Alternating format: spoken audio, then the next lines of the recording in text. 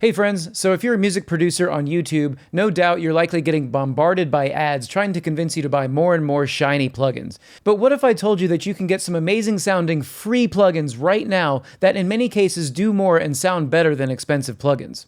Enter Melda's MFreeFXBundle, which is maybe the best free thing that music producers can get. Now, I'm not paid by Melda, this is simply my own opinion. Over the next little bit, I'm going to be making some videos dedicated to free plugins, so make sure that you subscribe and hit the bell so you can know when the next video comes up. Let's get it.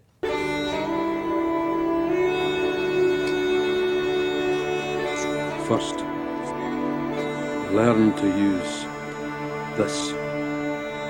Then I'll teach you to use this. Okay, so my introduction to Melda plugins was when I was doing some teaching on synthesis and I needed an oscilloscope. So I downloaded the MFreeFXBundle and just got this MOscilloscope and never looked back and never opened any of the other plugins. And I essentially can't believe how much I've been missing out on. So this is what this bass line looks like through the oscilloscope.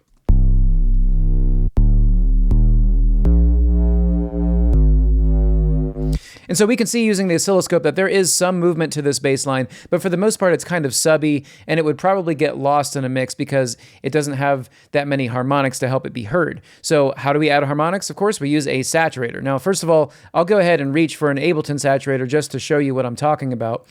But the normal process that I would use is I would turn the drive up and, I'd choose a, medium curve or something. I would turn the drive up and then turn the output down by a similar amount. Because essentially with any gain-dependent effect, I want to make sure that I have gain matched the on and off state of the effect so I can make good decisions, right? So here's without the saturator. And when I turn the saturator on, you'll see a much fatter, if you will, waveform.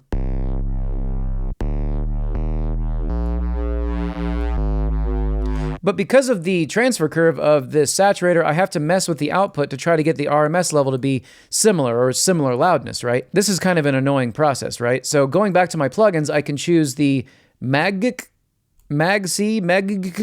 I don't know how to say it. But essentially what this plugin does from Melda is that it listens to the input signal prior to the effects, and then it actually changes the gain based on the input signal. It's really awesome. So how to set this up in ABLETON is really simple. You just choose the 3 pigments, which is essentially the name of this track, if you will. You can see that it's 3 pigments. I'm just choosing the pre-effect signal as the sidechain input. Now, MAGC can listen to that signal and compare it to the signal after processing, and it'll actually adjust the gain based on the signal. So I'm going to turn the drive all the way down again, and check this out.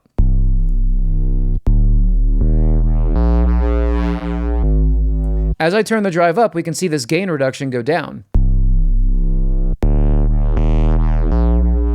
This is amazing. A lot of the times with these auto gain plugins, you have to actually put something before and after the plugins that you're working with. In this case, you can just easily choose the sidechain input. So don't overlook this one. It's incredible. Now, as promised, I'm only going to use Melda plugin, so let's get rid of this ABLETON saturator. And remember, this MAGC is going to be running the whole time. And now we're going to move on to something else. Let's go ahead and use saturation in the form of Melda's solution for saturator called MSaturator. So this is just incredible. I love this saturator. I'm going to use it all the time now that I've discovered it. But essentially, I can use the same process where I'm just turning up the input. I'm not worried about compensating the output because that's what the MAGC plugin is going to be doing. So let's go ahead and do that.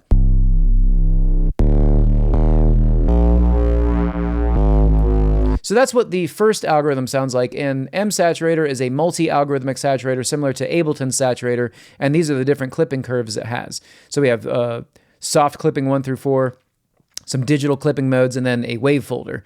So the soft clippers kind of sound similar, but they're all like that, and we'll just go through all the algorithms real quick.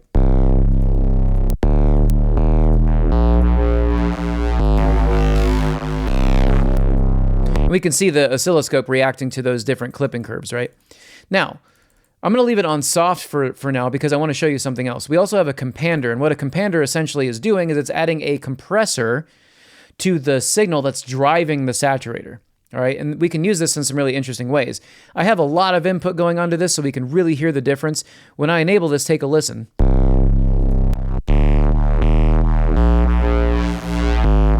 Essentially what the compander is going to help us do is level the signal a little bit going into the saturator so that we have a more smooth result. But of course, using this is actually going to boost the gain going into the saturator, so I'm going to turn the output down a bit. Let's try to get it so that it sounds similar when it's enabled and disabled.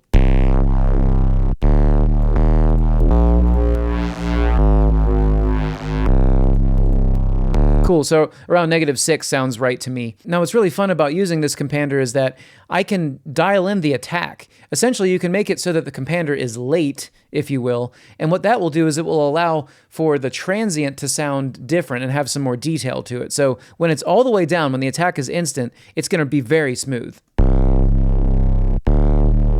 Right, there's no difference, but as I increase attack, take a listen to this.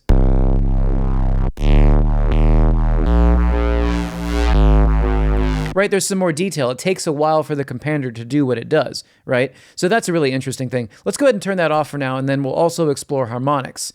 So of course, we're making harmonics already with Saturator, but what's cool about the MSaturator is that you also have these second, third, fourth, and fifth order harmonics that you can dial in different amounts of. And this is a separate process than this saturation, and it's a new stage. So check this out. You can really dial in some interesting sounds.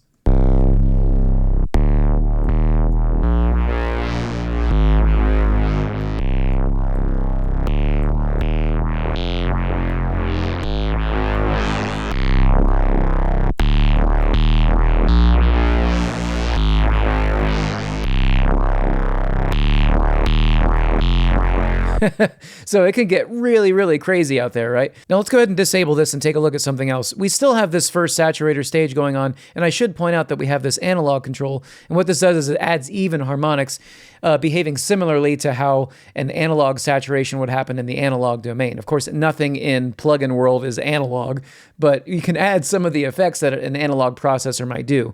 So in its default state, it's at 50%, but you can go really crazy with this.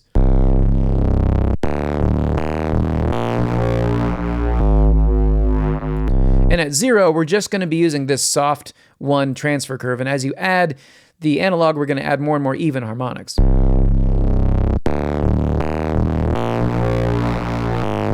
So let's go ahead and add everything that we've done thus far. It's going to be wild. We'll dial some of these things back a little bit.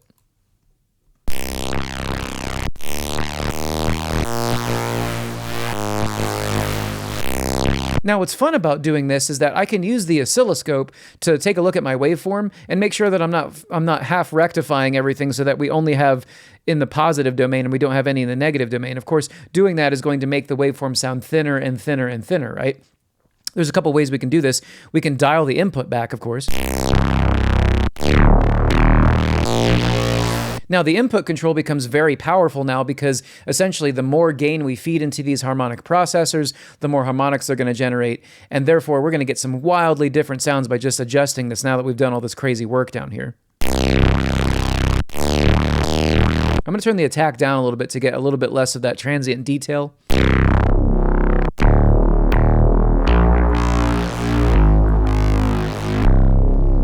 Cool, so that sounds pretty good. Now, of course, the fully wet signal might be a bit much for some people, so we can back that off a little bit using this dry wet control.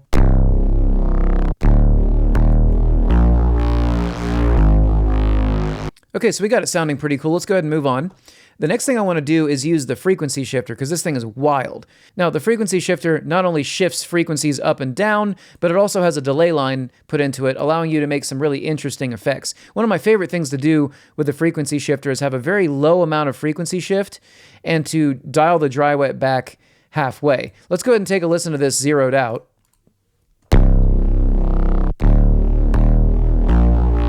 Now, essentially, all we have now is a delay line because there's no shifting happening. So if I turn up feedback,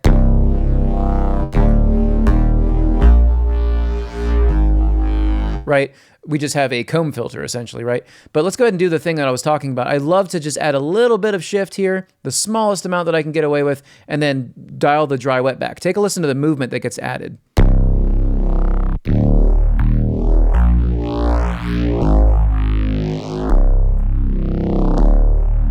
Now, if I want to add some comb filtering, this would sound cool too, so I'm going to add some feedback.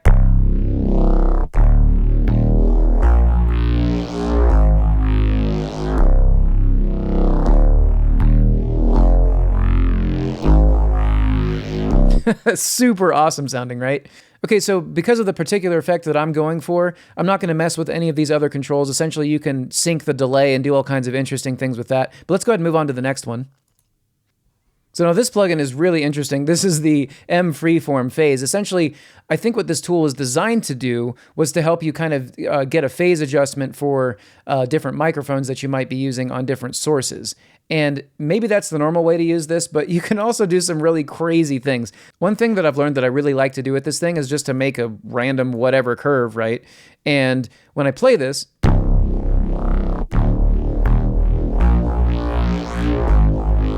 we can hear a kind of kilohertz disperser kind of sound over top of the bass. And remember, disperser costs money. This is free. There's a big difference between disperser and this, and we'll get into that in a moment. But essentially, here's what it sounds like bypassed. Here's what it sounds like with the free phase. Just the wildest sound. Now check this out. You can turn the depth up to just unimaginably insane amounts.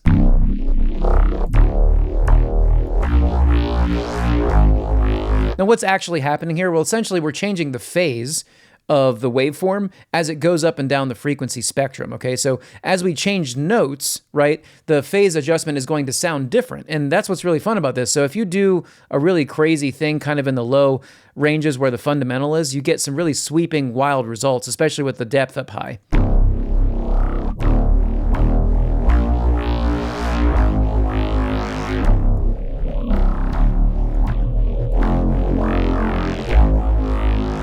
Now this is a spectral effect, of course, so it's taking a lot of latency to create this sound. This is something that you're going to want to do on the sound design stage, and you're going to want to print this to audio. This is definitely not something you want to leave on in a set, right? It's just going to be annoying eventually for you.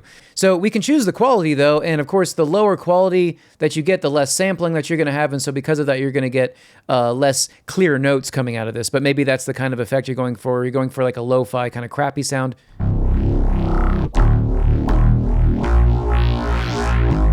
Right, we can hear some atonal sounds coming there. And if you go up to extreme, of course, you'll get less atonal sounds, and you get a sound that's similar to this.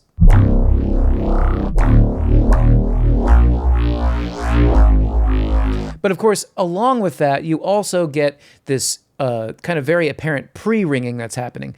MFreeformPhase is a linear phase effect. And so, of course, for it to achieve the effect that it does, it has to do the thing called pre-ringing.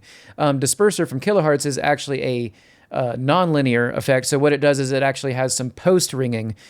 So essentially for transient sounds, it might not make so much sense to use this MFreeformPhase, like on drums, for example, because you can hear this, listen to the beginning of this.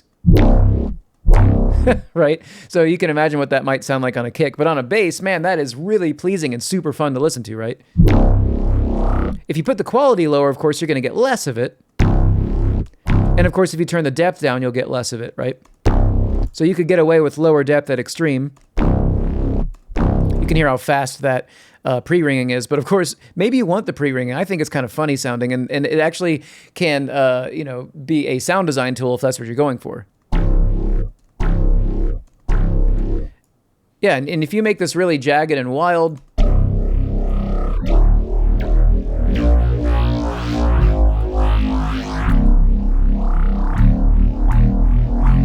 you just get some really, really crazy sounds, right?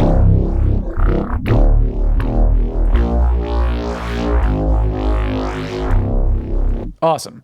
Okay, so maybe one more creative effect we could use is this MComb. I really like this thing. So let's go ahead and get the oscilloscope back up there.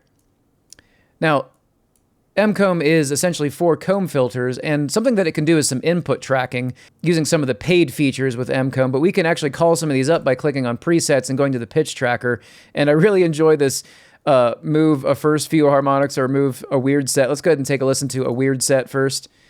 I love the sound of this thing.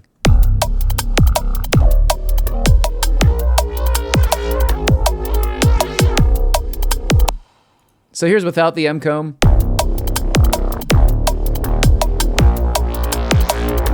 And here's with it.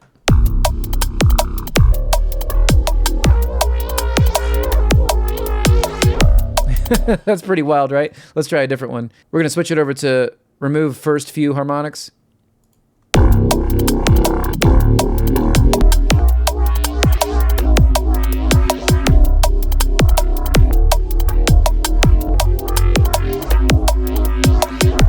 Super cool, right? Okay, so this comb might be a bit much. I'm going to bring this back down to about 50% here. And let's go back earlier in the chain and take a look at our saturator and try to dial this in so that we've got a little bit more of those harmonics up high.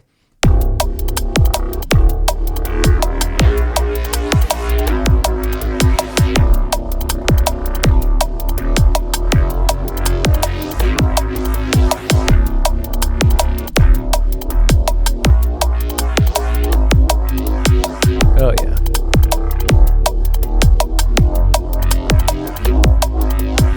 Okay, so we've just got to do the A/B test, right? So let's go ahead and get rid of everything except for we'll leave the oscilloscope up. And what I'm going to do is I'm going to group everything before the auto gain and turn it off and then on. And we can listen to the auto gain's difference between using these Melda plugins and then not using them. So here's without it. And then with it.